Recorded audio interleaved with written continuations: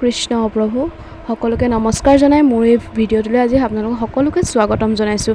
আজি পোনপ্ৰথমে কৃষ্ণ বুলি কৈছোঁ কিয় জানেনে? কাৰণ আজি আমাৰ এই নামঘৰৰ খনিকৰ পুথিভাগ যোৱাকালি আহিছিলে আৰু এয়া বিদায় দিয়া মুহূৰ্তৰ কিছু অংশ আপোনালোকলৈ মই আগবঢ়াইছোঁ। মানে কিয় আমাৰ ইয়ালৈ আচলতে অহা নাছিলে খনিকৰ পুথিভাগ, আমাৰ ভাগ্য বুলি ক'ব লাগিব।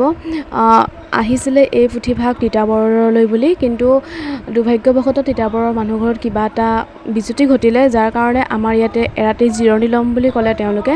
গতিকে আমাৰ ইয়াতে ৰাখি দিলে আৰু এয়া দেখিছেনে বাৰু বিদায় দিয়া কিছু মুহূৰ্ত আপোনালোকক দেখাইছোঁ। মোৰ এটা সৰু ভাইটিয়ে ভিডিঅ' কিছুমান কৰি দিছিলে, অকণমান ভুল হৈছে ভিডিঅ'খিনি কৰা, গতিকে ক্ষমা কৰি দিব আৰু চাওকচোন।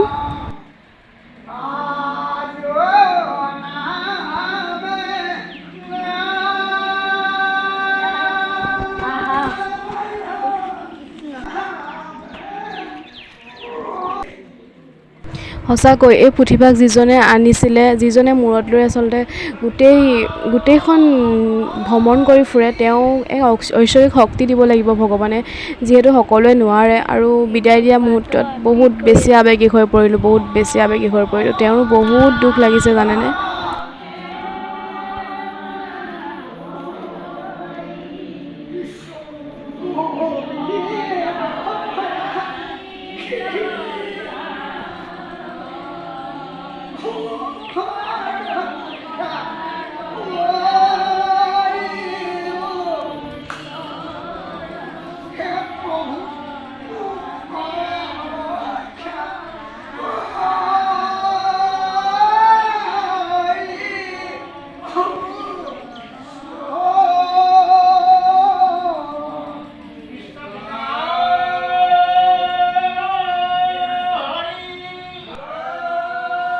সকলোৰে মনোভাৱ বেলেগ বেলেগ। মোৰ মতে ইয়াৰ মানে আমি কালি যোৱা ৰাতি যিখিনি পালোঁ, মই নাছিলোঁ, মোৰ লগৰ এজনীৰ ঘৰলৈ গৈছোঁ, ৰাতিপুৱা আহি পাই গৈছোঁ। মোৰ ভাগ্য বুলি ক'ব লাগিব, মই ৰাতিপুৱা আহি পালোঁহি যিহেতু, আৰু তেওঁৰ ওচৰত সেৱা এভাগ কৰিবলৈ পোৱাটো এটা ভাগ্য লাগিব ন। গতিকে এয়া চাওকচোন, আজি বিদায় দিছে। এয়া বেছি দেৰি নাথাকিলে, এয়া 2টামান বাজিছে, এয়া বিদায় দিছে, তেওঁলোক যাবগৈ। আৰু সঁচাকৈ ৰাস্তাই ঘাটে য'তেই নেদেখোঁ কিয় কিবা এটা মনটো ভাল লাগি যায়।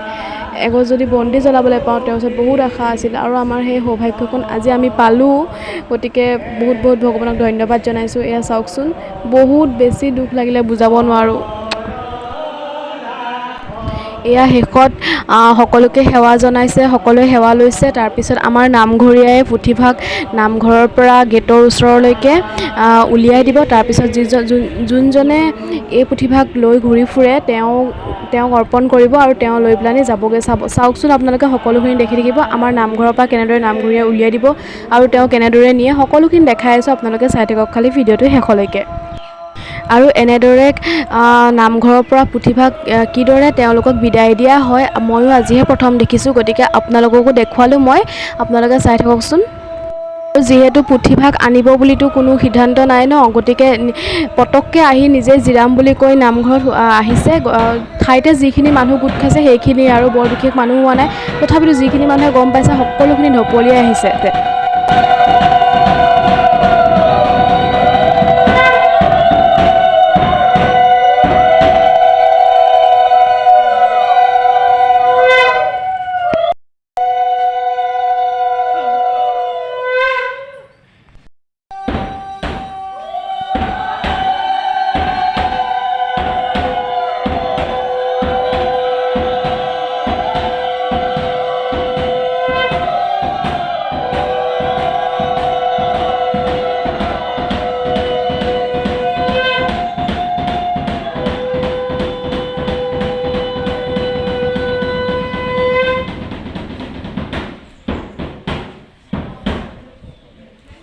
যিজন ভকতে এই পুথিভাগ লৈ ফুৰে, আচলতে তেওঁৰো ভাগ্য বুলি ক'ব লাগিব। আৰু তেওঁকো ভগৱানে ঐশ্বৰিক শক্তি দিছে, নহ'লেনো এনেদৰে পাৰেনে গোটেই দেশ বিদেশ ঘূৰি ফুৰিব, নহয়নে? গতিকে সঁচাকৈ ভগৱানৰ এক মানে ঐশ্বৰিক মহিমা আছে। এয়া নামঘৰীয়া হয়, তেওঁ গেটলৈকে এই পুথিভাগ হেনো উলিয়াই দিব লাগে। তাৰপিছতহে যোনজনে লৈ ফুৰে তেওঁ মূৰত তুলি ল'ব, চাবচোন দেই।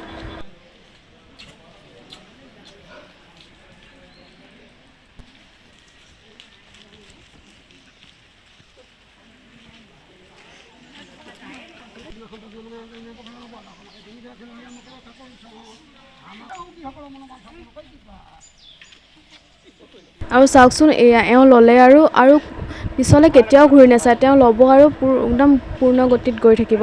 আৰু ভিডিঅ'টো ইমানতে শেষ কৰিছোঁ। ভিডিঅ'টো চোৱাৰ বাবে বহুত বহুত ধন্যবাদ। সমস্ত পাৰ্থিনী ভংগ সদৌতি ৰাজ কুশল কল্যাণ কৰি বেমাৰ ব্যাধি বিনাশ কৰি তিনি তাপৰ ৰক্ষা কৰক। তেখেতসকলৰ মনোবাঞ্ছা পূৰ্ণ কৰি কৃপা কৰক। হৰি